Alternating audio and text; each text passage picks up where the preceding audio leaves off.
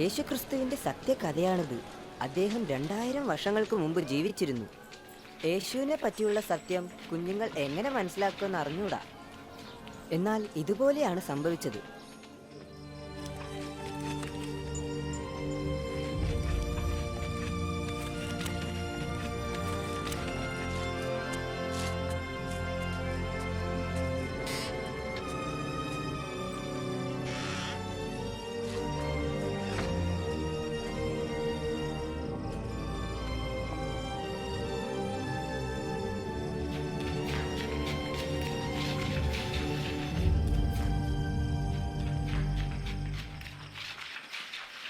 നിങ്ങളെ ആരെങ്കിലും കണ്ടോ?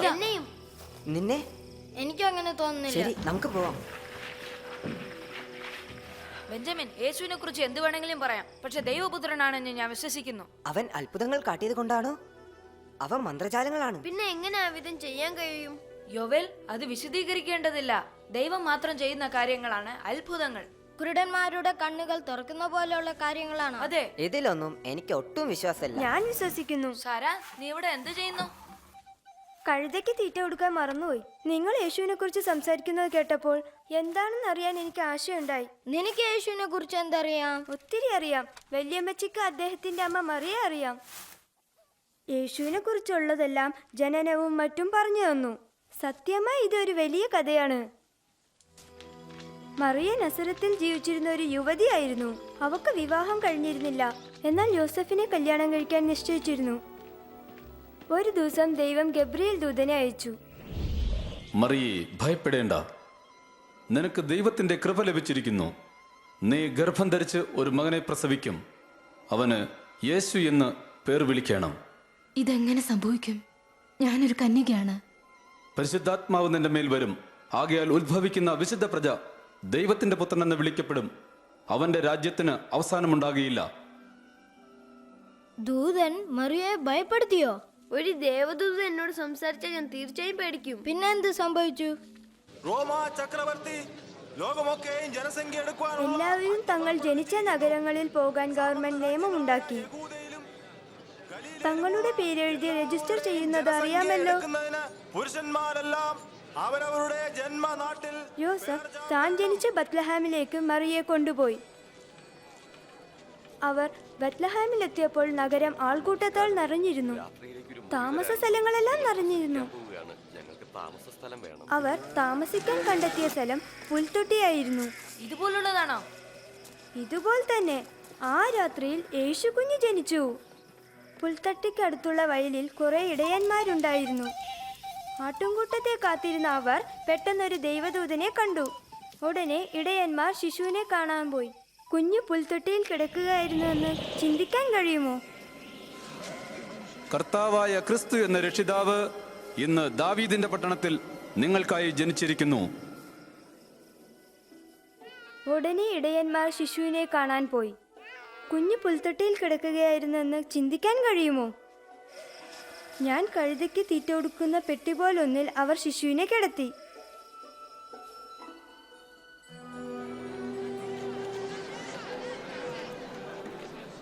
ജനനശേഷം യേശുവിനെ മറിയയും യോസഫും യെരുസലേം ദേവാലയത്തിലേക്ക് കൊണ്ടുപോയി. ദൈവത്തെ സ്നേഹിച്ചിരുന്ന സിമിയോൻ എന്ന മനുഷ്യനെ അവർ കണ്ടു. ഇപ്പോൾ നാഥ, തിരുവചനം പോലെ അടിയന് സമാധാനത്തോടെ വിട്ടയക്കുന്നു. സിമിയോന്റെ ജീവിതകാലത്ത് യേശുവിനെ കാണുമെന്ന് ദൈവം വാഗ്ദാനം ചെയ്തിരുന്നു. നിന്റെ രക്ഷയെ എൻ്റെ കണ്ണ് കണ്ടുവല്ലോ. ഈ ശിശു ദൈവത്താൽ തിരഞ്ഞെടുക്കപ്പെട്ടവനാണ്. നിങ്ങളെ ദൈവം അനുഗ്രഹിക്കട്ടെ. ചിന്തയിലും വർത്തമാനത്തിലും പ്രവൃത്തിയിലും മനുഷ്യർ ചെയ്യുന്ന തെറ്റായ കാര്യങ്ങൾ ക്ഷമിക്കാൻ യേശു ദൈവത്താൽ തിരഞ്ഞെടുക്കപ്പെട്ടവനായി വളർന്നു വരണമായിരുന്നു. തെറ്റായ കാര്യങ്ങളെ ദൈവം പാപമെന്ന് വിളിക്കുന്നു. അന്ന് യേശു കുഞ്ഞായിരുന്നു, ഇപ്പോ ഒരു മനുഷ്യനാണ്. ഒരിക്കലും ബാലനായിരുന്നില്ലേ? തീർച്ചയായും. എൻ്റെ വല്യമ്മച്ചി എന്നോട് പറഞ്ഞു, യേശുവിന് 12 വയസ്സുള്ളപ്പോൾ മറിയയും യോസഫും അവനെ യെരുസലേമിൽ കൊണ്ടുപോയി. യേശു ദേവാലയത്തിൽ പോയി മതപുരോഹിതന്മാരോട് സംസാരിച്ചു. ഇവൻ ആരുടെ മകനാണ് ഇങ്ങനെയുള്ള ചോദ്യങ്ങൾ ചോദിക്കാൻ? അവൻ നസറേത്തിൽ നിന്നുള്ളവനാണ്. ഞങ്ങളുടെ കൂടെ പോന്നു എന്ന് ചിന്തിച്ചു. അവന്റെ തീഷ്ണത ദയവായി ക്ഷമിച്ചാലും. പിന്നെ യേശു മാതാപിതാക്കളുടെ വീട്ടിലേക്ക് മടങ്ങി. അവൻ വളർന്ന് ഓരോ ദിവസവും ജ്ഞാനത്തിൽ വർദ്ധിച്ചു. എല്ലാ താഴ്വരയും നികന്നു വരും. ഒരു ദിവസം യേശു തന്റെ കസിൻ യോഹന്നാൻ സ്നാപകനെ കാണാൻ പോയി. ദൈവത്തെ അനുസരിക്കാൻ ആഗ്രഹിച്ചവരെ യോഹന്നാൻ സ്നാനപ്പെടുത്തി. ആ ദിവസം യേശുവിനെയും അവൻ സ്നാനപ്പെടുത്തി.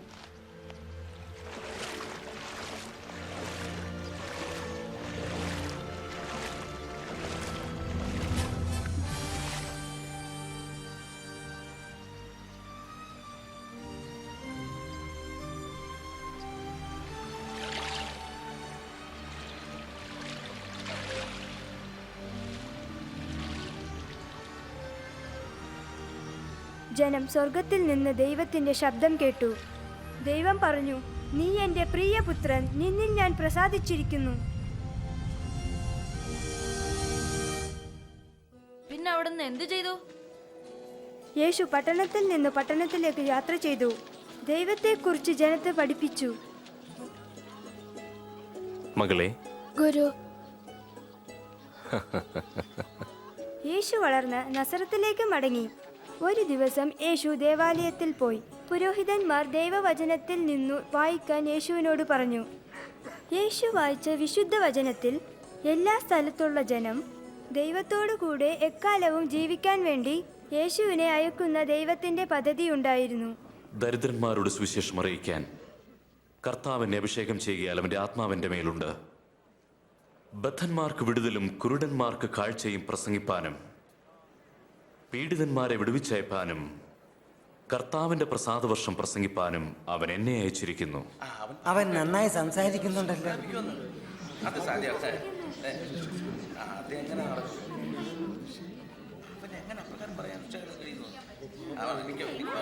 ഇന്ന് നിങ്ങൾ ഈ വചനം വായിച്ചു കേട്ടിരിക്കുകയാൽ തിരുവഴുത്തിന് നിവൃത്തി വന്നിരിക്കുന്നു.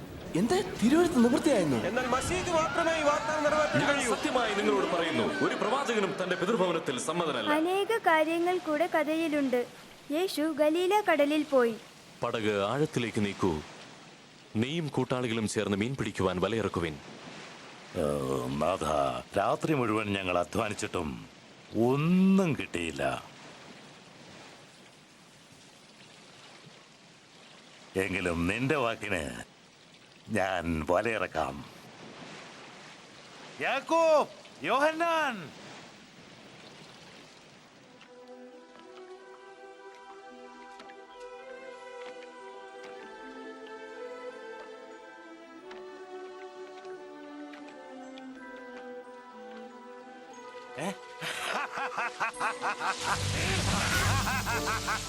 യാക്കോബ്, യോഹന്നാൻ, നിങ്ങൾ പടകുമായി ഇങ്ങോട്ട് വന്ന് ഞങ്ങളെ ഒന്ന് സഹായിക്കൂ.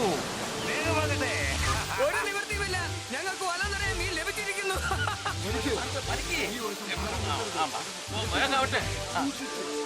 എനിക്കത് വിശ്വസിക്കാൻ പറ്റുന്നില്ല.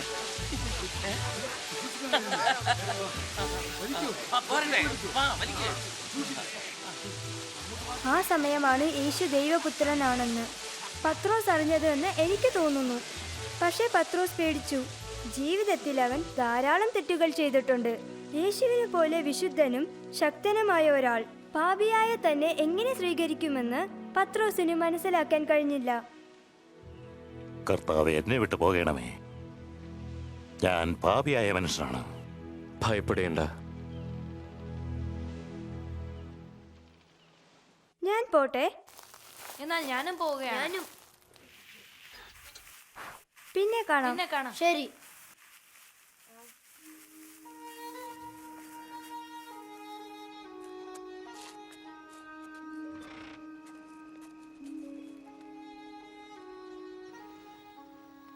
നീ എവിടെയായിരുന്നു ബെഞ്ചമിൻ? നിന്റെ കൂട്ടുകാരോടൊപ്പം പോയിരുന്നു? അതെ ഡാഡി. കലേബ് ഉണ്ടായിരുന്നു? അതെ ഡാഡി. അവന്റെ കൂടെ പോകരുത് ഞാൻ എത്ര പ്രാവശ്യം പറഞ്ഞിട്ടുണ്ട്. പക്ഷേ ഡാഡി, അവന്റെ അപ്പൻ യേശുവിനെ കുറിച്ച് കള്ളക്കഥകളാണ് വിശ്വസിച്ചിരിക്കുന്നത്. അതിലെന്താണ് തെറ്റ്? നാം വിശ്വസിക്കുന്നു ദൈവം ശക്തനായ ഒരു രാജാവിനയക്കും. പുൽത്തൊട്ടിയിൽ ജനിച്ചാൽ രാജാവാണെന്ന വിഡ്ഢിത്തം അയാൾ വിശ്വസിക്കുന്നു. കാലേബിന്റെ അച്ഛൻ പറയുന്നത് ശരിയാണെങ്കിലോ? വേണ്ട ബെഞ്ചമിൻ, നമ്മൾ ഇനി ആ കാര്യത്തെക്കുറിച്ച് ഇനി ചർച്ച ചെയ്യേണ്ട. ശരി. അവൻ അടുത്തിരിക്കുമ്പോൾ അവനെ വിളിച്ചപേക്ഷിപ്പിൻ. ദുഷ്ടൻ തന്റെ വഴികളെയും നീതികെട്ടവൻ തന്റെ വിചാരങ്ങളെയും ഉപേക്ഷിച്ച് യഹോവയെങ്കിലേക്ക് തിരിയട്ടെ. അവൻ അവനോട് കരുണ കാണിക്കും, അവൻ ധാരാളം ക്ഷമിക്കും. നിങ്ങൾ സന്തോഷത്തോടെ പുറപ്പെടും, സമാധാനത്തോടെ നിങ്ങളെ പറഞ്ഞയക്കും. കേൾക്കൂ, ഇന്ന് സംഭവിച്ച എന്താണെന്ന് പറയാം. ഞാൻ അവിടെ ഉണ്ടായിരുന്നു. എന്ത്? ദൈവസ്നേഹത്തെക്കുറിച്ച് പഠിപ്പിച്ചുകൊണ്ട് യേശു ദേവാലയത്തിലായിരുന്നു. യേശുവിനെ കാണാൻ വലിയ ജനക്കൂട്ടം ദേവാലയത്തിനുള്ളിലും അതിനേക്കാൾ വലിയ കൂട്ടം വെളിയിലും ഉണ്ടായിരുന്നു. യേശുവേ, എന്റെ ഒരേ ഒരു മകളാണ്, അവളെ രക്ഷിക്കണമേ. നാഥ, കരുണ കാണിക്കണമേ. അവൾക്ക് 12 വയസ്സേ ഉള്ളൂ, മരിക്കാറായിരിക്കുന്നു. ദയവായി എന്റെ കൂടെ വരണമേ. യായിറോസേ, ഒന്ന് നിൽക്ക്. യായിറോസേ, ഗുരുവിനെ ബുദ്ധിമുട്ടിക്കണ്ട. യേശുവേ, നിന്റെ മകൾ മരിച്ചുപോയി. ഗുരുവിനെ ഇനിയും പ്രയാസപ്പെടുത്തണ്ട. ഭയപ്പെടേണ്ട, വിശ്വസിക്കുക മാത്രം ചെയ്യുക, എന്നാൽ നിന്റെ മകൾ രക്ഷപ്പെടും.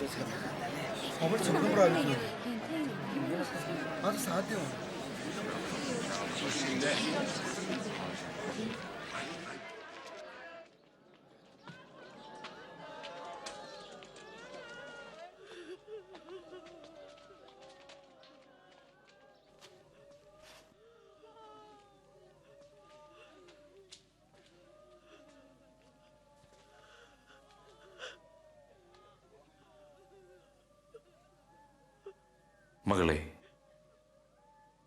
എഴുന്നേൽക്കൂ.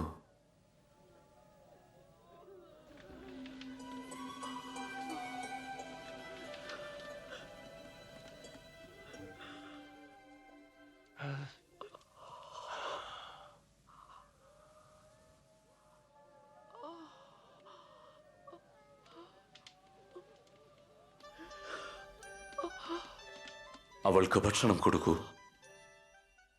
ആണോ? അപ്രകാരം സംഭവിച്ചോ? വാസ്തവമാണോ? അവൾ രോഗിയായിരുന്നു എന്ന് തോന്നുകയില്ല. എൻ്റെ അച്ഛൻ പറയുന്നു, യേശുവിൻ്റെ കൂട്ടുകാരിൽ ചീത്തക്കാര്യങ്ങൾ ചെയ്യുന്നവരുണ്ട്, അവർ പാപികളാണ്. അത് സത്യമാണ്. യേശു എല്ലാവരെയും സ്നേഹിക്കുകയും കരുതുകയും ചെയ്യുന്നത് കൊണ്ടാണത്. പട്ടണത്തിൽ വരുന്നവരിൽ നിന്നും കരമായി പണം പിരിച്ചുകൊണ്ടിരുന്ന മത്തായിയെക്കുറിച്ച് എൻ്റെ ഡാഡി പറഞ്ഞു.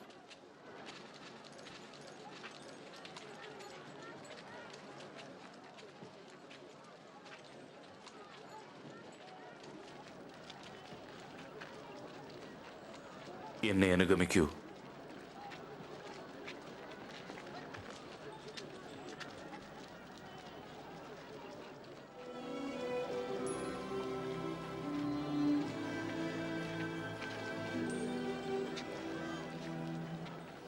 യേശു ശിഷ്യരായി തെരഞ്ഞെടുത്ത 12 പേരിൽ ഒരാളാണ് മത്തായി. അവരവിടുത്തെ ഉറ്റ സ്നേഹിതരായിരുന്നു. യേശുവിൻ്റെ കൂടെ യാത്ര ചെയ്ത് ദൈവസ്നേഹം പഠിപ്പിക്കാൻ സഹായിച്ചു. പത്രോസ് എന്ന സിമോനുണ്ട്. പത്രോസിന്റെ സഹോദരൻ ആന്ത്രയോസ്, യാക്കോബ്, യോഹന്നാൻ, ഫിലിപ്പോസ്, ബർത്തലോമിയ. മത്തായി തീർച്ചയായും ഉണ്ട്. തോമസ്, വേറെ ഒരു യാക്കോബ്, മറ്റൊരു സീമോൻ, യാക്കോബിന്റെ സഹോദരനായ യൂദ, ഇസ്കറിയോത്ത് യൂദ. ഇതെല്ലാം എങ്ങനെ ഓർമ്മിക്കുന്നു? വലിയ മിടുക്കൻ. അങ്ങനെ പറയുന്നത് നിനക്ക് ബുദ്ധിയില്ലാത്തത് കൊണ്ടാ. ഞാൻ അങ്ങനെയല്ല. കഴുതയെ പോലെയാണ് നിന്റെ ബുദ്ധി. എന്റെ കൂട്ടുകാരിയാണ് വായാടി. ആരെയാണ് നീ വായാടി എന്ന് വിളിച്ചത്? അവളെ വിടൂ. ആഹാ, എന്നെ തടയുന്നത് നീയാണോ?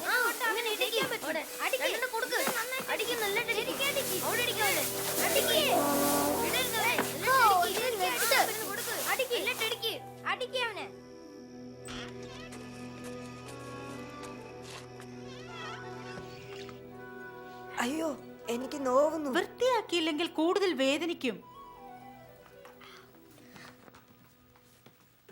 എന്തു പറ്റി? വഴക്കിൽ കിട്ടിയതാണ്. നിന്നോട് ചോദിച്ചില്ല ലയ? ക്ഷമിക്കൂ. കലേബിന്റെ കൂടെ വഴക്കുണ്ടാക്കിയതാ. അവർ യേശുവിനെ കുറിച്ചാ സംസാരിച്ചത്. അവരെപ്പോഴും സാറയുടെ കഴുതാലയത്തിൽ യേശുവിനെ കുറിച്ച് സംസാരിച്ചാൽ ഒരു നന്മ ഉണ്ടാകില്ല. നമ്മുടെ രാജാവല്ല, അവൻ ഒരിക്കലും ആകുകയുമില്ല. പക്ഷെ ഡാഡി, യേശു ദൈവപുത്രനാണെന്ന് ഞാൻ വിശ്വസിക്കുന്നു. നീ ഒന്നും പറയണ്ട.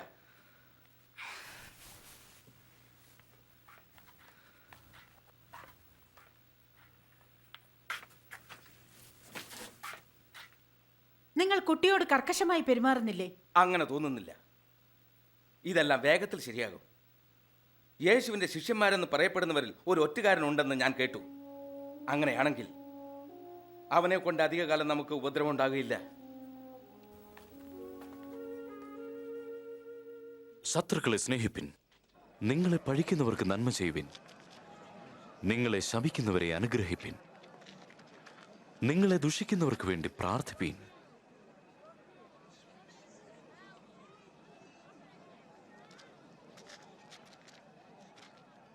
നിങ്ങളുടെ ഒരു ചകിട്ടത്തടിക്കുന്നവന് മറ്റേതും കാണിച്ചു കൊടുപ്പിൻ.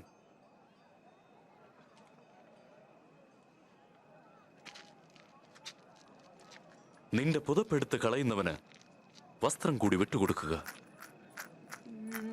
നിങ്ങളോട് ചോദിക്കുന്ന എല്ലാവർക്കും കൊടുപ്പീൻ. നിങ്ങൾക്കുള്ളത് ആരെങ്കിലും എടുത്തു കളഞ്ഞാൽ അത് മടക്കി ചോദിക്കരുത്. മനുഷ്യർ നിങ്ങൾക്ക് ചെയ്യണമെന്ന് നിങ്ങൾ ആഗ്രഹിക്കും പോലെ നിങ്ങൾ അവർക്കും ചെയ്യുവീൻ. ഞാൻ ഈ മനുഷ്യനെ കുറിച്ച് അറിയാൻ ആഗ്രഹിക്കുന്നു. അവനൊരു പക്ഷേ മസിഹയായിരിക്കുമോ? മസിഹായിയുടെ അർത്ഥം എന്താണ്? അതിനെക്കുറിച്ച് അവർ ദേവാലയത്തിൽ പറഞ്ഞു. മഷിഹ എന്ന് വെച്ചാൽ അഭിഷക്തൻ. വാ, നമുക്ക് അദ്ദേഹത്തിന്റെ കൂടെ പോവാം.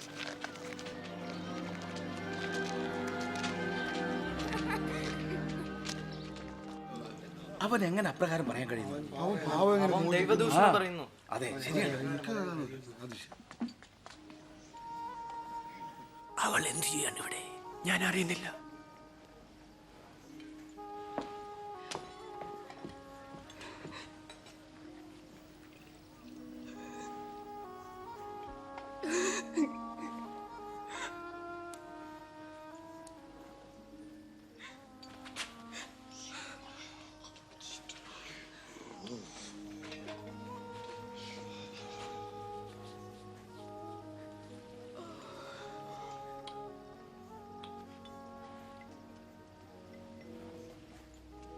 മനുഷ്യൻ യഥാർത്ഥ പ്രവാചകനായിരുന്നുവെങ്കിൽ തന്നെ തൊടുന്ന സ്ത്രീ ആരെന്നും അവളെ എങ്ങനെയുള്ളവളാണെന്നും അറിയുമായിരുന്നു.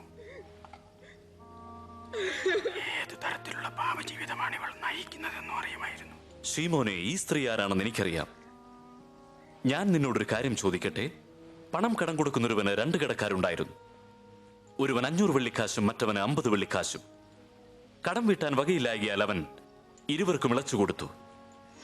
ഇവരിൽ ആരവനെ അധികം സ്നേഹിക്കും? അധികം വിളച്ചു കിട്ടിയവനെന്ന് ഞാൻ ഊഹിക്കുന്നു. ശരിയാണ്. ഈ സ്ത്രീയെ കാണുന്നുവോ? ഞാൻ നിന്റെ വീട്ടിൽ വന്നു. നീ എന്റെ കാലിന് വെള്ളം തന്നില്ല. എന്നാൽ കണ്ണുനീര് കൊണ്ട് ഇവളെന്റെ കാല് കഴുകി തലമുടി കൊണ്ട് തുടച്ചു. നീ എനിക്ക് ചുമ്മനം നിന്ന് സ്വീകരിച്ചില്ല. ഇവളോ ഞാൻ അകത്തു വന്നതു മുതൽ ഇടപെടാതെ എന്റെ കാൽ ചുംബിച്ചു. നീ എന്റെ തലയിൽ സുഗന്ധതൈലം പൂശിയില്ല. ഇവളോ പരിമളതൈലം കൊണ്ട് എന്റെ കാൽ പൂശിയിരിക്കുന്നു. ഞാൻ നിന്നോട് പറയുന്നു, ഇവൾ കാണിച്ച വലിയ സ്നേഹം കൊണ്ട് തന്നെ ഇവളുടെ അനേക പാപങ്ങൾ മോചിക്കപ്പെട്ടിരിക്കുന്നു. അല്പപാപം മോചിച്ചു കിട്ടിയവൻ അല്പമായി മാത്രം സ്നേഹിക്കുന്നു.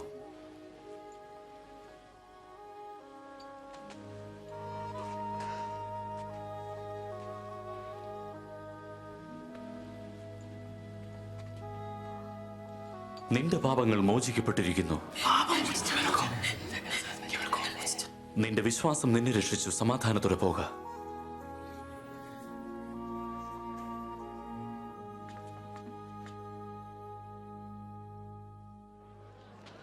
എന്നെ ഒന്ന് എടുത്തേ. എന്റെ തോളിക്കറിയിരിക്കൂ. ഇപ്പൊ കാണാം. എനിക്കിപ്പോൾ യേശുവിനെ കാണാമല്ലോ. വിതയ്ക്കുന്നവൻ വിതയ്ക്കാൻ പുറപ്പെട്ടു. അവൻ വിത്ത് വിതച്ചപ്പോൾ ചിലത് വഴിയരികി വീണ വഴിയാത്രക്കാർ ചവിട്ടിക്കളഞ്ഞു. ബാക്കി പറവകൾ തിന്നുകളഞ്ഞു. മറ്റു ചിലത് പാറമേൽ വീണു. പാറമേൽ വീണത് മുളച്ചപ്പോൾ നനവില്ലാകിയാൽ ഉണങ്ങിപ്പോയി. ചില വിത്ത് മുള്ളിനിടയിൽ വീണു. മുള്ളും കൂടെ മുളച്ച് അതിനെ ഞെരുക്കിക്കളഞ്ഞു.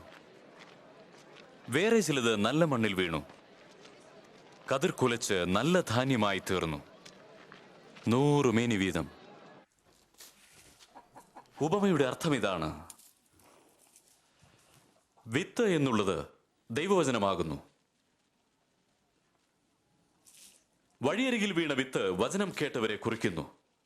എന്നാൽ പിശാച് വന്നിവർ വിശ്വസിച്ച് രക്ഷിക്കപ്പെടാതിരിക്കേണ്ടതിന് വചനം അവരുടെ ഹൃദയങ്ങളിൽ നിന്നും എടുത്തു കളയുന്നു.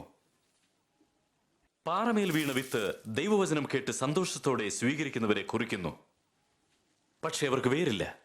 അവരുടെ വിശ്വാസം ക്ഷണികമാകുന്നു. എന്നാൽ പരീക്ഷയിൽ അവർ അകപ്പെടുമ്പോൾ പിന്മാറിപ്പോകുന്നു. മുള്ളിനിടയിൽ വീണത് വചനം ശ്രദ്ധയോടെ കേൾക്കുന്നവരാണ്. എന്നാൽ പല കാര്യങ്ങളെക്കുറിച്ചുള്ള ചിന്തകളും ദ്രവ്യാഗ്രഹവും ഇവരെ ഞെരുക്കിക്കളയുന്നു. ഇവർ ഒരിക്കലും പൂർണ്ണമായ ഫലം നൽകുന്നില്ല. നല്ല നിലത്ത് വീണ വിത്ത് വചനം കേട്ടിട്ട് നന്മ നിറഞ്ഞതും അനുസരണമുള്ളവരുമായ ഹൃദയത്തിനുടമകളെ കുറിക്കുന്നു. അങ്ങനെ അവർ നല്ല ഫലങ്ങൾ പുറപ്പെടുവിക്കുന്നു.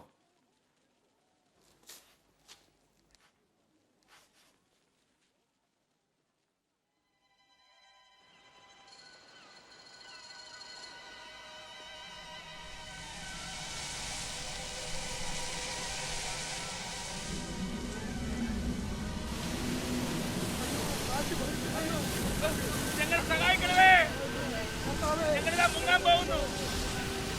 എന്റെ കർത്താവേ, എന്റെ കൈകളിൽ ഒന്നുമില്ല, ഞങ്ങൾ സഹായിക്കണമേ. ഞങ്ങളിതാ താഴുന്നു. ഗുരു, യേശുവേ, ഞങ്ങൾ നശിച്ചു പോകുന്നു. പടകിൽ വെള്ളം നിറയുകയാണ്. തിരുവാലകൾ ഞങ്ങളെ മൂടുന്നു. നാഥാ, ഞങ്ങളെ രക്ഷിക്കണമേ. ഞങ്ങളെ സഹായിക്കണമേ കർത്താവേ, ഞങ്ങളിതാ മുങ്ങിപ്പോകുന്നു.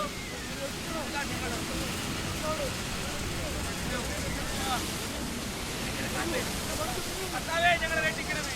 കാറ്റ് കുറയുന്നു. അവൻ കാറ്റിനെ ശാന്തമാക്കുന്നു. നാം ജീവിക്കാൻ പോകുന്നു. നമ്മൾ രക്ഷപ്പെടാൻ പോകുന്നു. ജീവിക്കാൻ പോകുന്നു.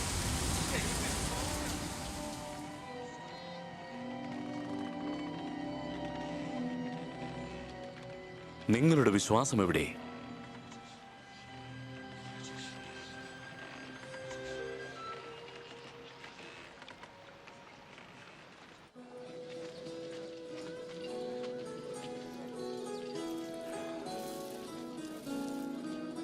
ഇതെനിക്ക് ഇഷ്ടപ്പെട്ടു. വില എന്താണ്? നാഥൻ, നാഥൻ, നീ കേട്ടോ, യേശു വരുന്നു. യേശു ഇവിടെ വരുന്നു. നഗരത്തിന്റെ പുറത്താ അദ്ദേഹം വരുന്നത്. നമുക്കും അങ്ങോട്ട് പോകാം. ശരി, പോവാം.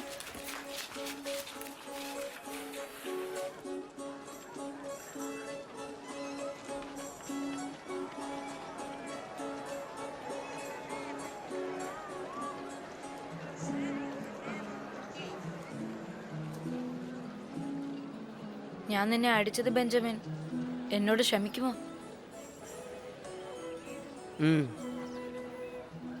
ഗുരു, ജനക്കൂട്ടത്തെ പറഞ്ഞയച്ചാലും അവർ ചുറ്റുമുള്ള ഊരുകളിലും പട്ടണങ്ങളിലും പോയി ആഹാരം കഴിക്കുകയും രാത്രി പാർക്കുകയും ചെയ്യട്ടെ. ഇതൊരു വിജനപ്രദേശമാണല്ലോ. നിങ്ങൾ തന്നെ അവർക്ക് ഭക്ഷിപ്പാൻ കൊടുക്കുക. 5 അപ്പവും 2 മീനും അല്ലാതെ മറ്റൊന്നുമില്ല.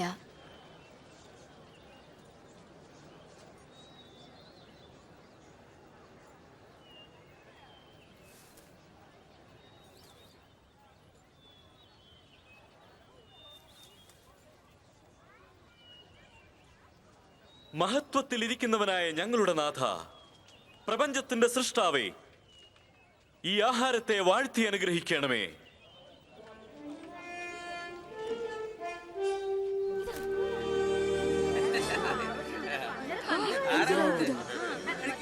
വിശ്വസിക്കാൻ പറ്റുന്നില്ല. വളരെ നന്ദി. അങ്ങോട്ട് കൊടുക്കൂ, അങ്ങോട്ട് കൊടുക്കൂ. നന്ദിയുണ്ട്, നന്ദി. അവിടെ കിട്ടില്ല, എടുത്തോളൂ. ഇവിടെ ഇവിടെ ഇവിടെ ഇങ്ങോട്ട് കൊടുക്കേ. അത് ധാരാളം ഉണ്ട്. കൊടുക്കൂ. ഇങ്ങോട്ട് ഇവിടെ ഇവിടെ ഇവിടെ ഇങ്ങോട്ട് കൊടുക്കൂ. യേശു ദൈവപുത്രനാണെന്ന് നിനക്ക് എങ്ങനെ വിശ്വസിക്കാതിരിക്കാൻ കഴിയും? എനിക്ക് 2 മീനും കൂടെ വേണം.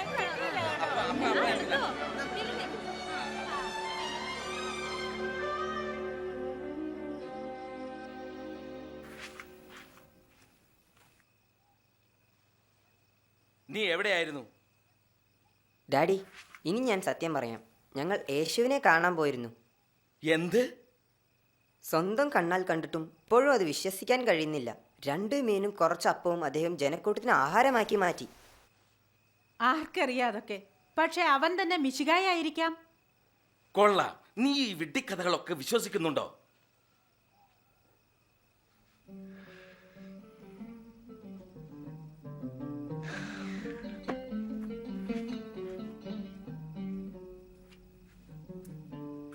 ഞങ്ങൾ എന്ത് ചെയ്യണം?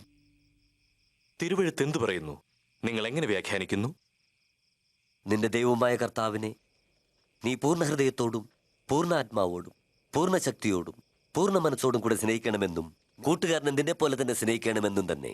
ശരിയാണ്, അങ്ങനെ തന്നെ ചെയ്യുക, നീയും ജീവിക്കും. ആരാണ് എന്റെ അയൽക്കാരൻ?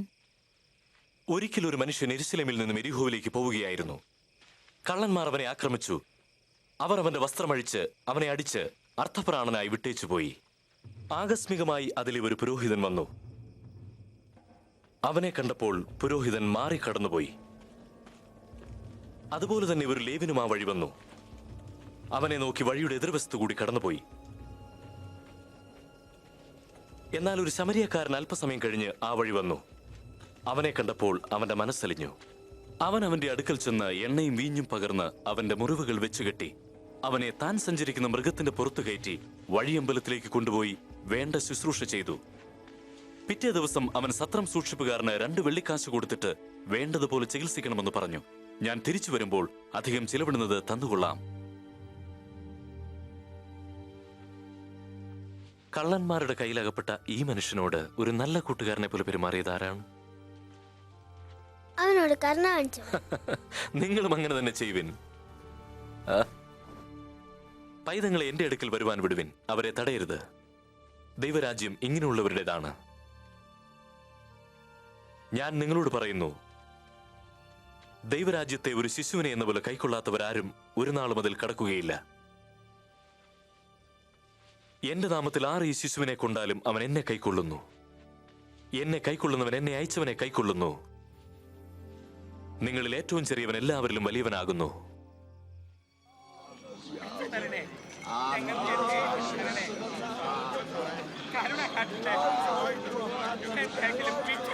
എന്താണ് ഇവിടെ ബഹളം? എന്താ നടക്കുന്നത്? നസറേനായ യേശു ഇതിലെ കടന്നു പോകുന്നു. യേശുവേ, ദാവീദ് പുത്ര, എന്നോട് കരുണ കാണിക്കണമേ. അദ്ദേഹം അത്ഭുതം കാട്ടുന്ന ആളാണ്. കരുതുന്നുണ്ടോ? ഞാൻ നിനക്ക് എന്താണ് ചെയ്യേണ്ടത്? എനിക്ക് കാഴ്ച കിട്ടണം.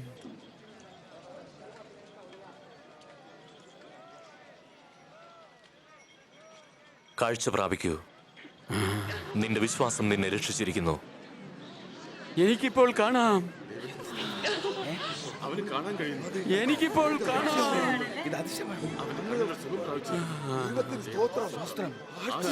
ആശ്ചര്യമായിരിക്കുന്നു. കർത്താവേ,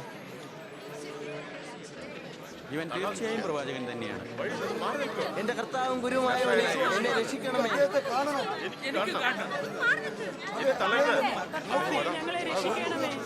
കർത്താവിന്റെ സ്തോത്രം. എനിക്കും അദ്ദേഹത്തെ കാണണം.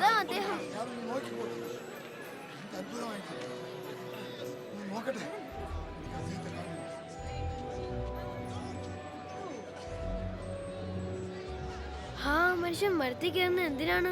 അയാൾ പൊക്കം കുറഞ്ഞവനായതുകൊണ്ട്. സക്കായിയെ, വേഗം ഇറങ്ങി വാ. ഇന്ന് ഞാൻ നിന്റെ വീട്ടിൽ പാർക്കേണ്ടതാകുന്നു. എന്റെ വീട്ടിലോ? അവന്റെ വീട്ടിലേക്ക് പോകുന്നു. സക്കായിക്ക് യേശുവിനെ എങ്ങനെ അറിയാം?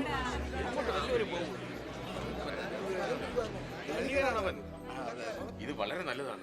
രുചികരം. ആ ചീസ് ഇങ്ങോട്ട് വരും. ആപ്പിളുകൾ മനോഹരം, വളരെ നല്ലത്. കുറച്ചുകൂടെ കടിക്കാൻ വേണം. ശ്രദ്ധിക്കൂ, എന്റെ വസ്തുവകയിൽ പകുതി ഞാൻ ദരിദ്രന്മാർക്ക് കൊടുക്കുന്നു. എന്തെങ്കിലും ചതിവായി വാങ്ങിയിട്ടുണ്ടെങ്കിൽ ഞാൻ തീർച്ചയായും 4 ഇരട്ടി മടക്കി കൊടുക്കും.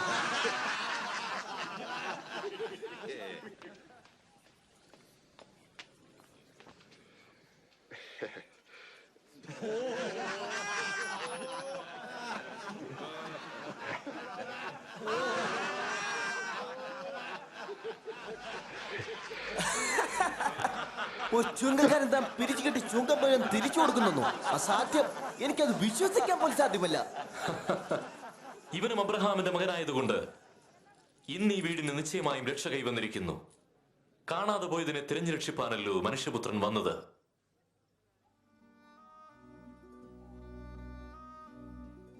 ശ്രദ്ധിക്കൂ. നാം യെരൂശലേമിലേക്ക് പോകുന്നു. മനുഷ്യപുത്രനെ കുറിച്ച് പ്രവാചകന്മാർ പറഞ്ഞത് നിവൃത്തിയാകണമെന്നാണ്. അവനെ ജാതികൾ കേൾപ്പിച്ചു കൊടുക്കുകയും അവനെ പരിഹസിച്ച് അവനെ അപമാനിച്ച് അവന്റെ മുഖത്ത് തുപ്പുകയും അടിക്കുകയും കൊല്ലുകയും ചെയ്യും. എന്നാൽ 3-ാം ദിവസം അവൻ ഉയർത്തെഴുന്നേൽക്കും.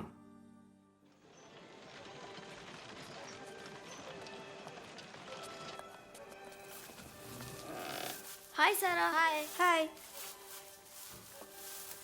ഏയ്, ഈ സ്ഥലത്തിന് എന്താ പ്രത്യേകതയുണ്ട്? സാരയുടെ കഴുത കാണുന്നില്ലല്ലോ. കാണാതെ പോയതല്ല, ഒരാൾക്ക് ഉപയോഗിക്കാൻ കൊടുത്തതാണ്. നിന്റെ പഴഞ്ചൻ കഴുതയെ ആർക്ക് വേണം?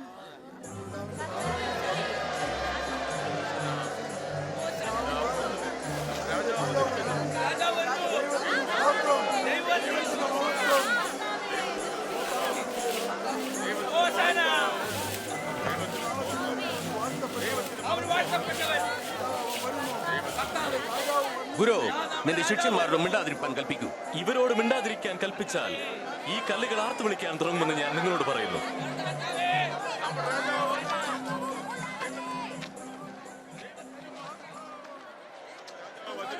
അഞ്ച്, 6, 7, 8, 9, 10,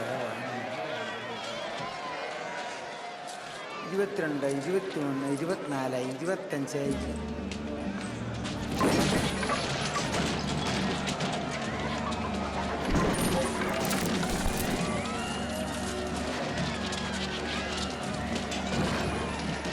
എന്തിനാണ് യേശു കോപിക്കുന്നത്?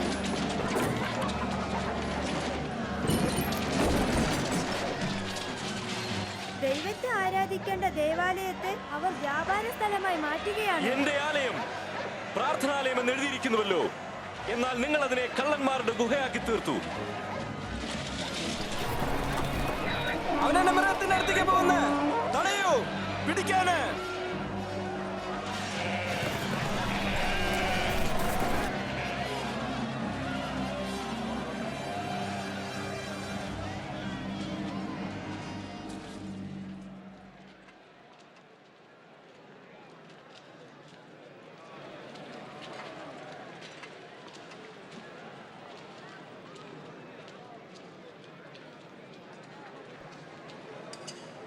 വളരെ കുറച്ചേ ഉള്ളൂ.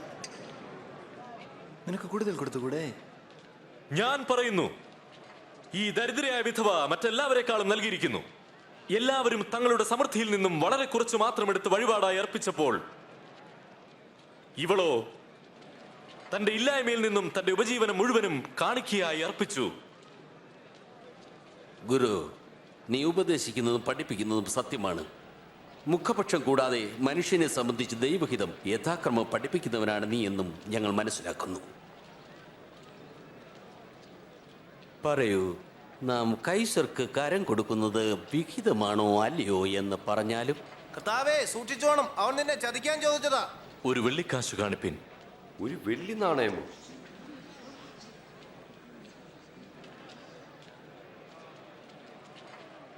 ഇതിന്റെ മേലെഴുത്തും സ്വരൂപവും ആരുടേത്?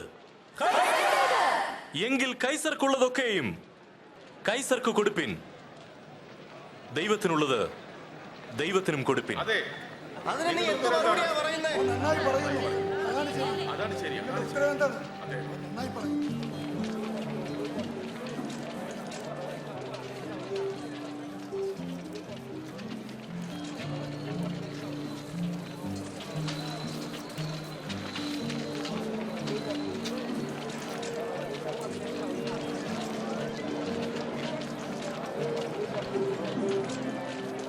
നോക്കൂ, പത്രോസ് അതാ.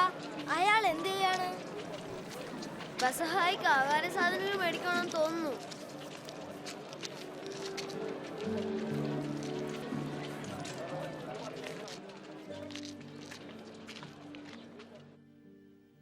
ഞാൻ കഷ്ടം അനുഭവിക്കുന്നതിന് മുൻപേ ഈ പെസഹ നിങ്ങളോടുകൂടി കഴിക്കാൻ വളരെ ആഗ്രഹിച്ചു. ഞാൻ പറയുന്നു, അത് ദൈവരാജ്യത്തിൽ നിവൃത്തിയാകുവോളം ഞാനിനി ഇത് ഭക്ഷിക്കുകയില്ല.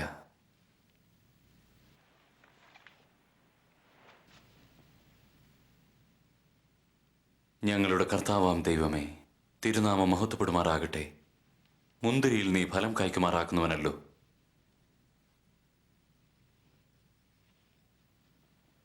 ഇത് നിങ്ങൾ വാങ്ങി പങ്കിട്ടുകൊള്ളുവിൻ.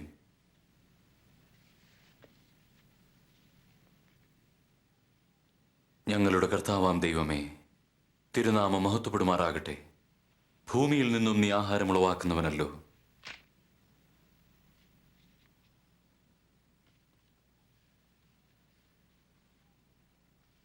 ഇത് ഞാൻ നിങ്ങൾക്കായി നൽകുന്ന എൻ്റെ ശരീരം.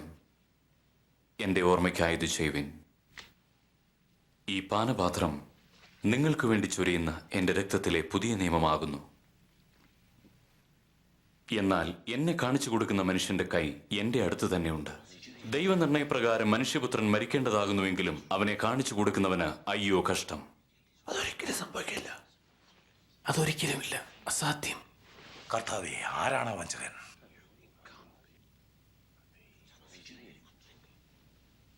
കർത്താവേ, ഞാൻ നിന്നോടുകൂടെ തടവിലാകാനും മരിപ്പാനും ഒരുക്കമാണ്. പത്രോസേ, ഞാൻ പറയുന്നു, എന്നെ അറിയുന്നില്ല എന്ന് നീ 3 വട്ടം തള്ളി പറയുന്നതിന് മുൻപേ ഇന്ന് കോഴി കൂകുകയില്ല.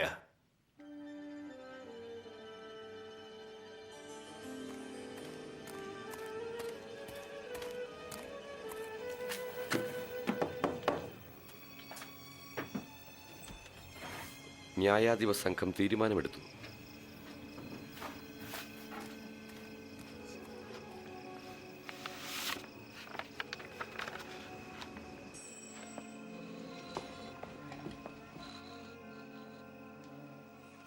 അല്ല, എന്താണത്?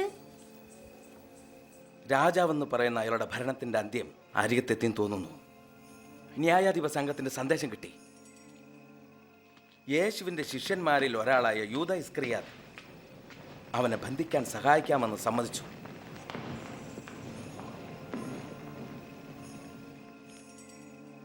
അങ്ങനെ ഒരു കാര്യം എങ്ങനെ അവര് പറഞ്ഞു? അധികം ചെലവായില്ല. 30 വെള്ളിക്കാശ് മാത്രം. ഈ രാത്രിയിൽ അവർ യേശുവിനെ ബന്ധിച്ച് രക്ഷപ്പെടാതിരിക്കാൻ വേണ്ടത് ചെയ്യും. ഇല്ല, അത് നടക്കരുത്.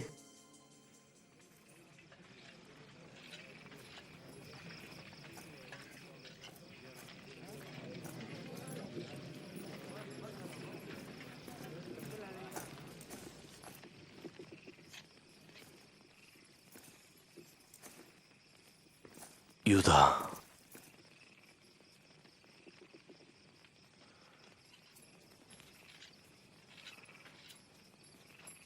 നീ ചുംബനം കൊണ്ടോ മനുഷ്യപുത്രനെ കാണിച്ചു കൊടുക്കുന്നത്?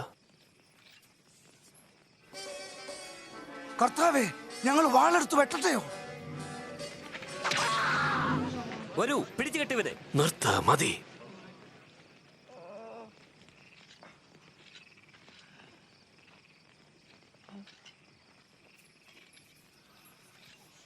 അത്ഭുതം തന്നെ. ഒരു കള്ളന്റെ നേരെ എന്ന പോലെ വാളും വടിയുമായിട്ടാണോ നിങ്ങൾ എന്റെ നേരെ വരുന്നത്? ഞാൻ എല്ലായ്പ്പോഴും ദൈവാലയത്തിൽ ഉണ്ടായിരുന്നിട്ടും നിങ്ങൾ എന്റെ മേൽ കൈവച്ചില്ല. എന്നാൽ ഇത് നിങ്ങളുടെ നാഴികയും ഇരുളിന്റെ അധികാരവുമാകുന്നു.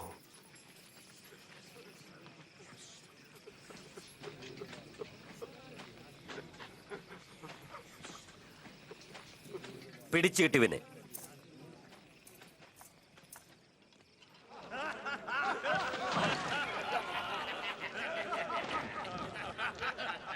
ഇതാ രാജാക്കന്മാർ ധരിക്കുന്ന ഒരു അങ്കി.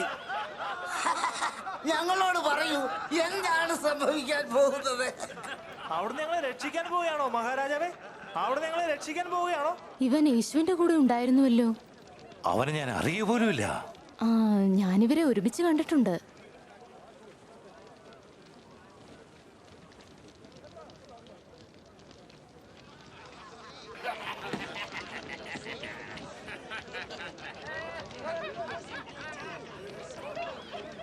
നീയും അവൻ്റെ ഒരുത്തനല്ലേ? ഞാനല്ല.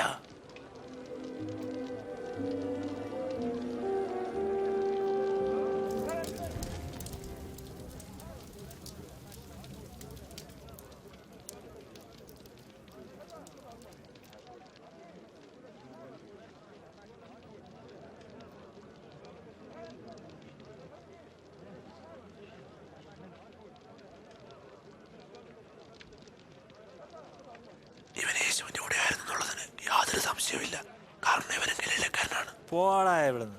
നീ പറയുന്നത് എനിക്ക് മനസ്സിലാവുന്നില്ല.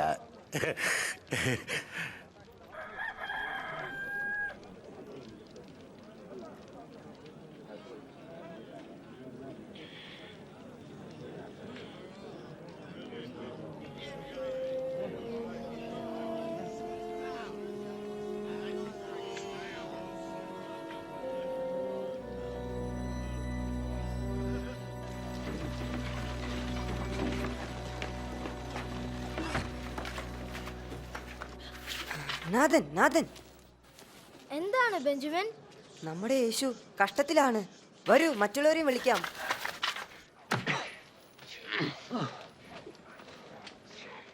പറയൂ, ആരാണ് നിന്നെ അടിച്ചത്? പ്രവചിക്കൂ, ആരാണ് ഇനി നിന്നെ അടിക്കാൻ പോകുന്നത്? നിർത്തൂ, നിർത്താനാ ഞാൻ പറഞ്ഞത്. അവനെ ന്യായസംഘത്തിന്റെ മുൻപിൽ ഹാജരാക്കൂ. നടക്ക്.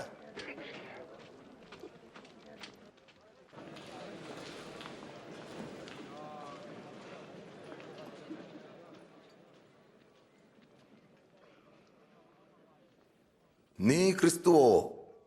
എങ്കിൽ ഞങ്ങളോട് പറയുക. ഞാൻ പറഞ്ഞാൽ നിങ്ങൾ വിശ്വസിക്കുകയില്ല. ഞാൻ ചോദിച്ചാൽ നിങ്ങൾ ഉത്തരം പറയുകയുമില്ല. എന്നാൽ ഇന്നു മുതൽ മനുഷ്യപുത്രൻ സർവശക്തനായ ദൈവത്തിന്റെ വലത്തുഭാഗത്തിരിക്കും. അപ്പോൾ നീ ദൈവപുത്രനോ? അതെ, ഞാനാകുന്നു. അവനിത് പറയാൻ ആരാണ് അധികാരം കൊടുത്തത്? ഇവൻ ഇവിടെ പറഞ്ഞതെല്ലാം നാം തന്നെ കേട്ടുവല്ലോ.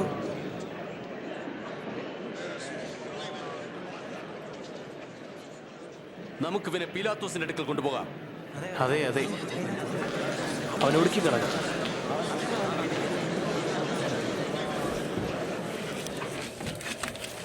അവർ യേശുവിനെ പീലാത്തോസിന്റെ അടുത്ത് കൊണ്ടുപോവാ. പീലാത്തോസിന്റെ അടുത്തോ?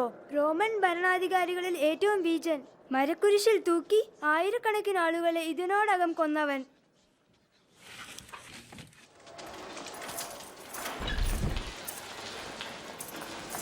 പോകൂ.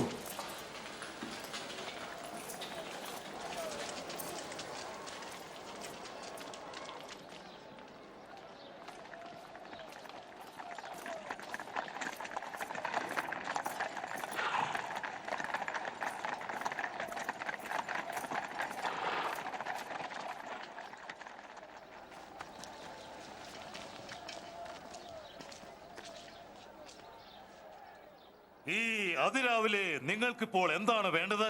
ഇവൻ ജനങ്ങളെയെല്ലാം വഴിതെറ്റിക്കുന്നു. ഇവൻ ദൈവാലയത്തിലെ ചന്തസ്ഥലത്ത് വലിയ ബഹളമുണ്ടാക്കി. ഇവൻ എന്ത് ശിക്ഷയാണ് കൊടുക്കേണ്ടത്? അവനെ വിധിക്കൂ.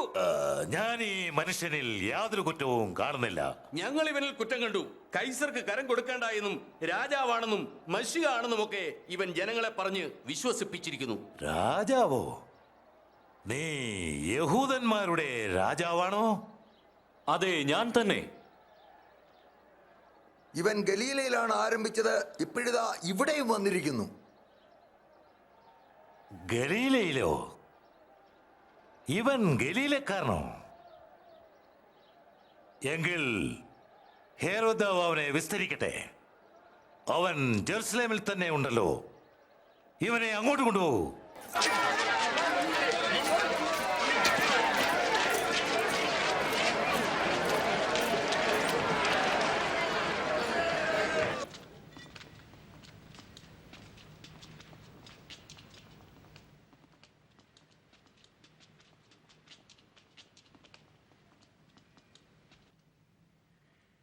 നീ ആരെന്നാണ് പറയുന്നത്?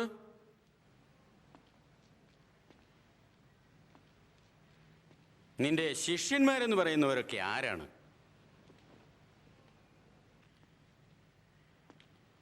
നീ അത്ഭുതങ്ങൾ ചെയ്യാൻ കഴിവുള്ളവനാണെന്ന് പലരും പറയുന്നല്ലോ.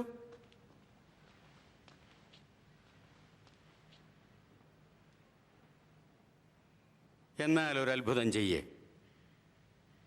തിരുമേനി, ഇവൻ ജനങ്ങളെയെല്ലാം വഴിതെറ്റിക്കുന്നു. രാജാവാണെന്നാണ് പറയുന്നത്. രാജാവ്? ഈ മനുഷ്യനോ? രാജാവോ?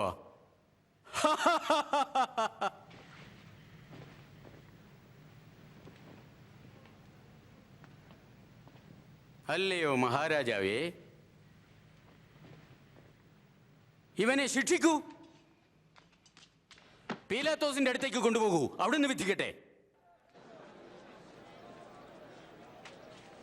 ഈ മനുഷ്യൻ മരണയോഗ്യമായ ഒന്നും ചെയ്തിട്ടില്ല. അതുകൊണ്ട് ഞാൻ ഇവനെ ക്രൂരമായി അടിപ്പിച്ചു വിട്ടേക്കും. ഈ പ്രത്യേക ഉത്സവ സമയത്ത് നീ ഞങ്ങൾക്ക് ഒരുവനെ വിട്ടുതരുന്ന പതിവുണ്ടല്ലോ. ബറബാസിനെ ഞങ്ങൾക്ക് വിട്ടുതരിക. ഇവനെ ഒടുക്കി കളയൂ. അതെ അതെ, ബറബാസിനെ ഞങ്ങൾക്ക് വിട്ടുതരിക.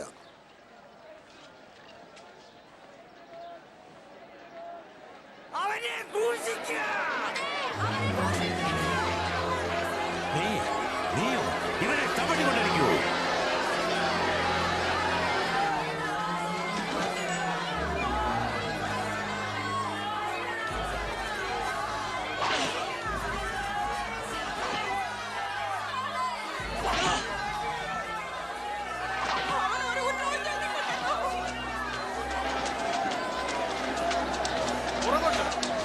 പിന്നോട്ട് മാറുക, പിന്നോട്ട് മാറിപ്പോകൂ. അവന്റെ അടുത്തിൽ നിന്ന് മാറി നിൽക്കൂ. പുറകോട്ട് മാറൂ, പുറകോട്ട് പോകൂ. പുറകോട്ട് അവിടെ നിന്ന് മാറൂ. അവന് സ്ഥലം കൊടുക്കൂ, സ്ഥലം കൊടുക്കുക. നിന്റെ പേരെന്താണ്? കുറേനക്കാരനായ ശീമോൻ എന്നാണ്. ഇങ്ങോട്ട് മാറി നിൽക്കൂ.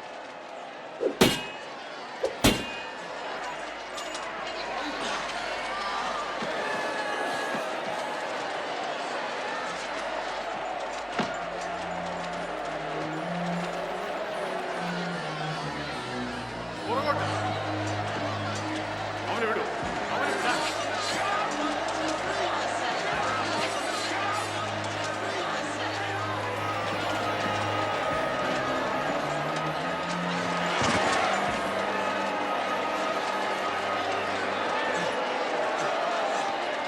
താഴെ എവിടെ? വരിക, വേഗത്തിൽ, വേഗം. നിനക്ക് ഇനിയും പോകാം. മുമ്പോട്ട്.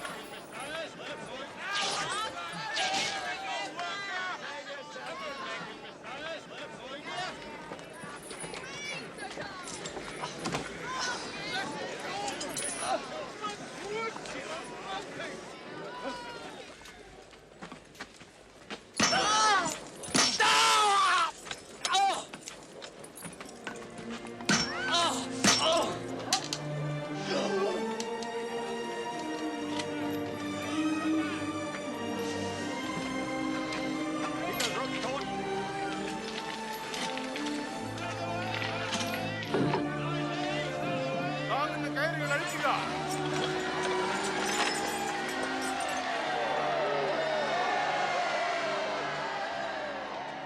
പിതാവേ, ഇവരോട് ക്ഷമിക്കൂ. ഇവർ ചെയ്യുന്നതിനെന്നറിയുന്നില്ല.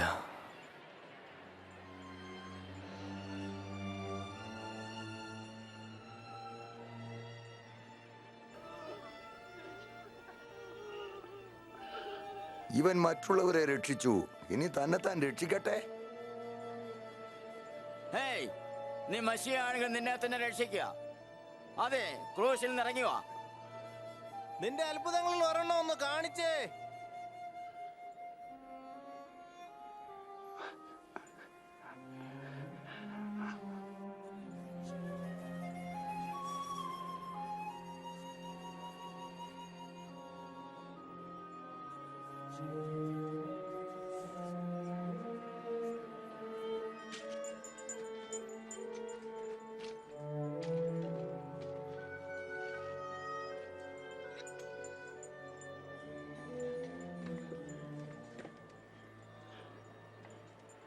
കുരിശിൽ എഴുതിയിരിക്കുന്നത് എന്താണ്?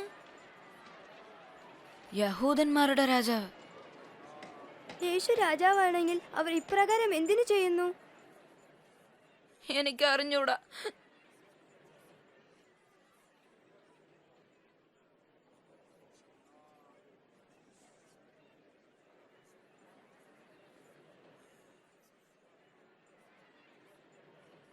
പിന്നെ നിങ്ങൾ കുറച്ചെങ്കിലും അതിനെക്കുറിച്ച്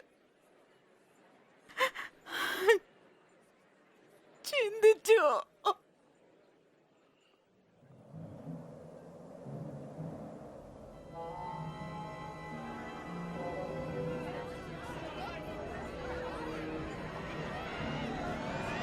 എന്താണ് സംഭവിക്കുന്നത്?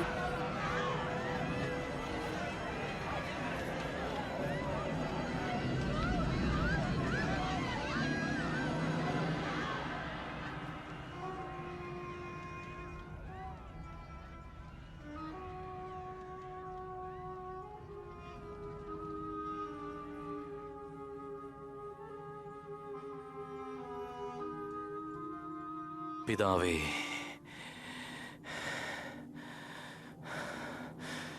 എൻ്റെ ആത്മാവിനെ തൃക്കരങ്ങളിൽ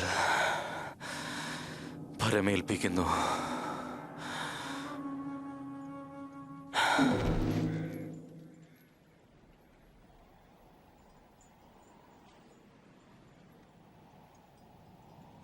ഞാൻ ഗുരുവിന് വേണ്ടി ഒരു കല്ലറ ഒരുക്കിയിട്ടുണ്ട്.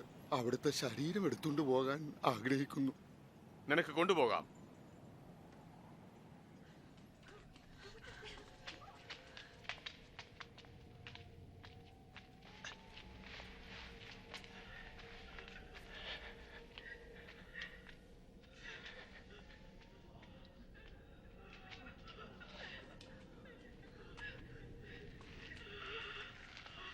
ക്ഷമിക്കണം, ഞങ്ങൾ കർത്താവിൻ്റെ ശരീരത്തെ പിന്തുടരുകയാണ്. ഞാൻ സഹായിക്കാം. എന്നാൽ വേഗം വേണം, ശാപത്തടുത്തു.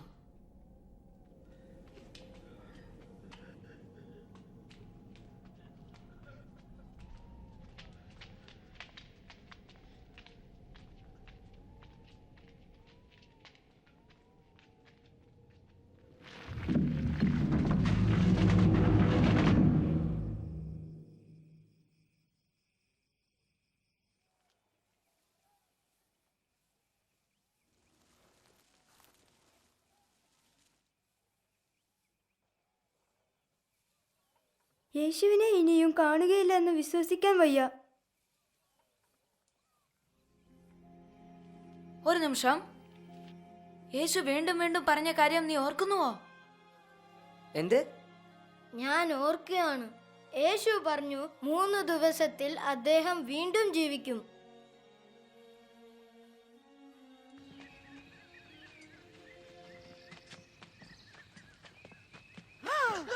നോക്ക്, കല്ലുരുട്ടി മാറ്റപ്പെട്ടിരിക്കുന്നു.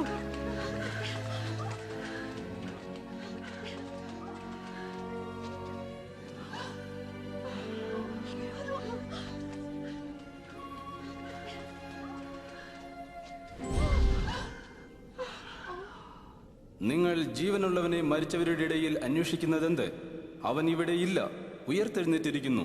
മുൻപേ ഗലീലയിൽ ഇരിക്കുമ്പോൾ തന്നെ അവൻ നിങ്ങളോട് മനുഷ്യപുത്രനെ പാപികളായ മനുഷ്യരുടെ കയ്യിൽ ഏൽപ്പിച്ച് ക്രൂശിക്കുകയും അവൻ 3-ാം നാൾ ഉയർത്തെഴുന്നേൽക്കുകയും വേണം എന്ന് പറഞ്ഞത് ഓർത്തുകൊള്ളുവീൻ.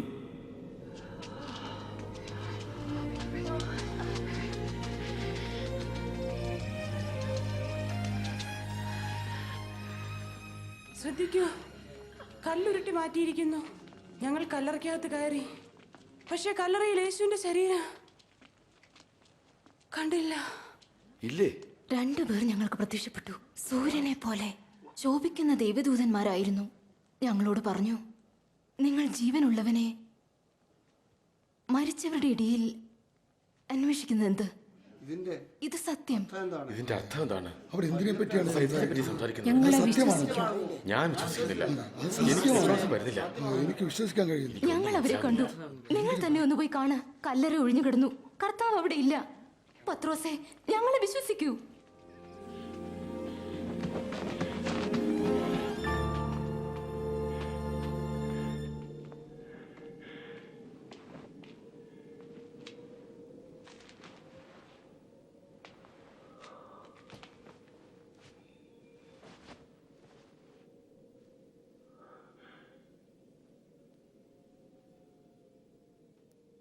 വാസ്തവമായി കർത്താവ് ഉയർത്തെഴുന്നേറ്റു. അവൻ ശിമോന് പ്രത്യക്ഷനായി. വഴിയിൽ വെച്ച് ഞങ്ങൾ അവനെ കണ്ടു. എന്നാൽ തിരിച്ചറിഞ്ഞില്ല. അപ്പം നുറുക്കി തന്നപ്പോഴാണ് കർത്താവാണെന്ന് മനസ്സിലായത്. എമ്മൂസിലോ? അത് അത്ഭുതമായിരിക്കുന്നല്ലോ.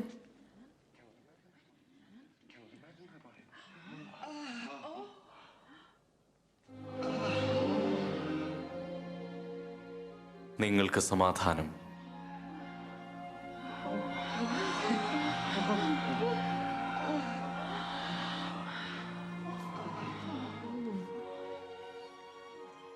നിങ്ങൾ പരിഭ്രമിക്കുന്നത് എന്തിന്? നിങ്ങളുടെ മനസ്സിൽ സംശയമുണ്ടാകുന്നത് എന്തിന്? നോക്കൂ, എൻ്റെ കൈകാലുകൾ ഞാൻ തന്നെയാണെന്നറിയുക. നിങ്ങൾ തൊട്ടു നോക്കുവിൻ. ഭൂതത്തിന് എനിക്കുള്ളതുപോലെ മാംസവും അസ്ഥിയുമില്ലല്ലോ. നിങ്ങളുടെ കൂടെ ആയിരുന്നപ്പോൾ ഞാൻ പറഞ്ഞത് ഇതേ കാര്യങ്ങൾ തന്നെയാണ്. മോശയുടെ ന്യായപ്രമാണത്തിലും പ്രവാചക പുസ്തകങ്ങളിലും സങ്കീർത്തനങ്ങളിലും എന്നെക്കുറിച്ച് എഴുതിയിരിക്കുന്നതൊക്കെയും നിവൃത്തിയാകേണ്ടതാണ്. ഇങ്ങനെ എഴുതിയിരിക്കുന്നു: ക്രിസ്തു കഷ്ടം അനുഭവിക്കുകയും 3-ാം നാൾ ഉയർത്തെഴുന്നേൽക്കുകയും ചെയ്യും. അവന്റെ നാമത്തിൽ മാനസാന്തരവും പാപമോചനവും ആദ്യം യെരുശലേമിലും പിന്നീട് സകല ജാതികളുടെ ഇടയിലും പ്രസംഗിക്കപ്പെടും. യേശു ദൈവപുത്രനാണെന്ന് കാലേബ് ആദ്യം പറഞ്ഞപ്പോൾ ഞാൻ വിശ്വസിച്ചില്ല. എന്നാൽ യേശു ചെയ്ത അത്ഭുതങ്ങൾ ഞാൻ കണ്ടു. അവിടുന്ന് ദൈവസ്നേഹം പഠിപ്പിച്ചത് ഞാൻ കേട്ടു. യേശുവിനോട് ചെയ്ത ഭയാനകമായ കാര്യങ്ങൾ ഞാൻ കണ്ടു. അടിക്കുന്നതും കണ്ടു. അദ്ദേഹത്തെ കുരിശിൽ തറയ്ക്കുന്നതും കണ്ടു. പിന്നെ മരിക്കുന്നതും കണ്ടു. അവർ അവിടുത്തെ ശരീരമിറക്കി കൊണ്ടുപോകുന്നതും ഞാൻ കണ്ടു. എന്നാൽ യേശുവിനെ വീണ്ടും കാണുമെന്ന് ഞാൻ ഒരിക്കലും ചിന്തിച്ചില്ല. അതിശയകരമായ കാര്യം സംഭവിച്ചു. ദൈവം വാഗ്ദാനം പാലിച്ചു. യേശുവിനെ തിരികെ ജീവിപ്പിക്കുമെന്ന് ദൈവം വാഗ്ദാനം ചെയ്തു. അവിടുന്ന് നമ്മോട് പറഞ്ഞു, യേശു ദൈവപുത്രനാണെന്നും നമുക്ക് വേണ്ടി മരിച്ചുവെന്നും വിശ്വസിക്കുമ്പോൾ നാം അവനോടുകൂടെ എപ്പോഴും ജീവിക്കും. അത് ചെയ്യാൻ ആഗ്രഹിക്കുന്നതിനാൽ ഞാൻ സന്തോഷിക്കുന്നു.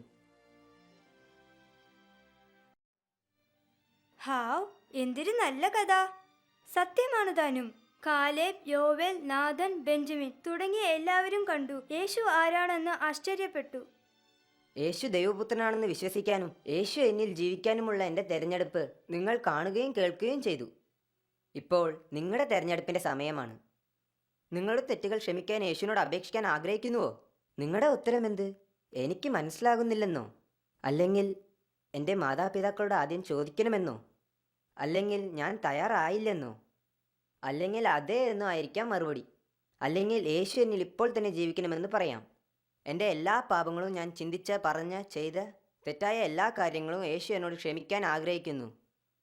നിങ്ങൾക്ക് അവിടുത്തോടൊപ്പം ഇപ്പോഴും എപ്പോഴും ജീവിക്കണമെന്ന് യേശുവിനോട് പറയാം. നിങ്ങൾ അതേ എന്ന് പറയുമ്പോൾ സ്വന്തം വാക്കുകളിലോ ഇപ്രകാരം പ്രാർത്ഥനയിലോ ദൈവത്തോട് സംസാരിക്കാം. ദൈവമേ, യേശു ദൈവപുത്രനാണെന്ന് ഞാൻ വിശ്വസിക്കുന്നു. ഞാൻ ചിന്തിച്ച്, പറഞ്ഞ്, ചെയ്ത എല്ലാ തെറ്റായ കാര്യങ്ങൾക്കും യേശു കുരിശിൽ മരിച്ചതിനാൽ അങ്ങയോട് നന്ദി പറയുന്നു. എൻ്റെ പാവങ്ങൾ ദയവായി ക്ഷമിച്ചാലും യേശു എൻ്റെ കൂടെയും എന്നിലും എപ്പോഴും ജീവിക്കാൻ പ്രാർത്ഥിക്കുന്നു. എന്നെ അവിടുത്തെ ഇഷ്ടപ്രകാരമുള്ള വ്യക്തിയാക്കണമേ. എൻ്റെ പ്രാർത്ഥന കേട്ടതിനാൽ നന്ദി. ഈ പ്രാർത്ഥന ഇപ്പോൾ നടത്താൻ ആഗ്രഹിക്കുന്നുവോ? ഉത്തരം അതെ എന്നാണെങ്കിൽ എന്നോടൊപ്പം ദൈവത്തോട് ഇപ്പോൾ പറയുക. ഞാൻ സാവധാനം പ്രാർത്ഥിക്കുമ്പോൾ ഞാൻ പറയുന്ന വാക്കുകൾ ആവർത്തിക്കുക. ദൈവമേ, യേശു ദൈവപുത്രനാണെന്ന് ഞാൻ വിശ്വസിക്കുന്നു. എനിക്ക് വേണ്ടി യേശു കുരിശിൽ മരിച്ചതിനാൽ നന്ദി. ഞാൻ ചിന്തിച്ച്, പറഞ്ഞ്, ചെയ്ത എല്ലാ തെറ്റായ കാര്യങ്ങളും എൻ്റെ പാപങ്ങളും ദയവായി ക്ഷമിച്ചാലും യേശു എന്നോട് കൂടെയും എന്നിലും എപ്പോഴും ജീവിക്കാൻ ഞാൻ പ്രാർത്ഥിക്കുന്നു. അവിടുത്തെ ഇഷ്ടപ്രകാരമുള്ള വ്യക്തിയാക്കി എന്നെ തീർക്കണമേ. എൻ്റെ പ്രാർത്ഥന കേട്ടതിനാൽ നന്ദി. ആമേൻ. ദൈവം സ്നേഹിക്കുന്നു, ക്ഷമിക്കുന്നു. നിന്നിൽ എപ്പോഴും ഉണ്ടായിരിക്കുമെന്ന് ദൈവവാക്ക് വിശ്വസിക്കുക. നീ അപ്രകാരം പ്രാർത്ഥിച്ചെങ്കിൽ കൂട്ടുകാരോടോ മാതാപിതാക്കളോടോ സ്വന്തക്കാരോടോ പറയുന്നത് നല്ലതാണ്. ജീവിതത്തിൽ മഹത്തായ ഒരു ധീരപ്രവൃത്തി ആരംഭിക്കുകയാണ്. ഈ പുതിയ കൂട്ടുകെട്ട് യേശുവിനോടും അവിടുത്തെ പിതാവായ ദൈവത്തിനോടുമാണ്. ദൈവത്തെ അറിയാനും സ്നേഹിക്കാനും സഹായിക്കുന്ന 4 കാര്യങ്ങളുണ്ട്. ദൈവപുസ്തകമായ ബൈബിൾ ദിനവും വായിക്കുക. നിങ്ങൾക്കായി എഴുതപ്പെട്ട 100 കണക്ക് ദൈവവാഗ്ദാനങ്ങൾ അതിലുണ്ട്. നിങ്ങൾക്ക് ഏത് കാര്യവും ഏത് സമയവും എവിടം വെച്ച് ദൈവത്തോട് സംസാരിക്കാൻ കഴിയും. സ്നേഹിതനായ യേശുവിനെ കുറിച്ച് കൂട്ടുകാരോട് പറയുക. ദൈവത്തെ അറിയുകയും സ്നേഹിക്കുകയും ചെയ്യുന്നവരോടൊപ്പം ആയിരിക്കുക. യേശുവിൻ്റെ സംഭവകഥ ഞങ്ങൾ നിങ്ങളോട് പറഞ്ഞ നല്ല സമയമായിരുന്നു. ഇപ്പോൾ നിങ്ങളുടെ സമയം. പോയി കൂട്ടുകാരോട് പറയുക.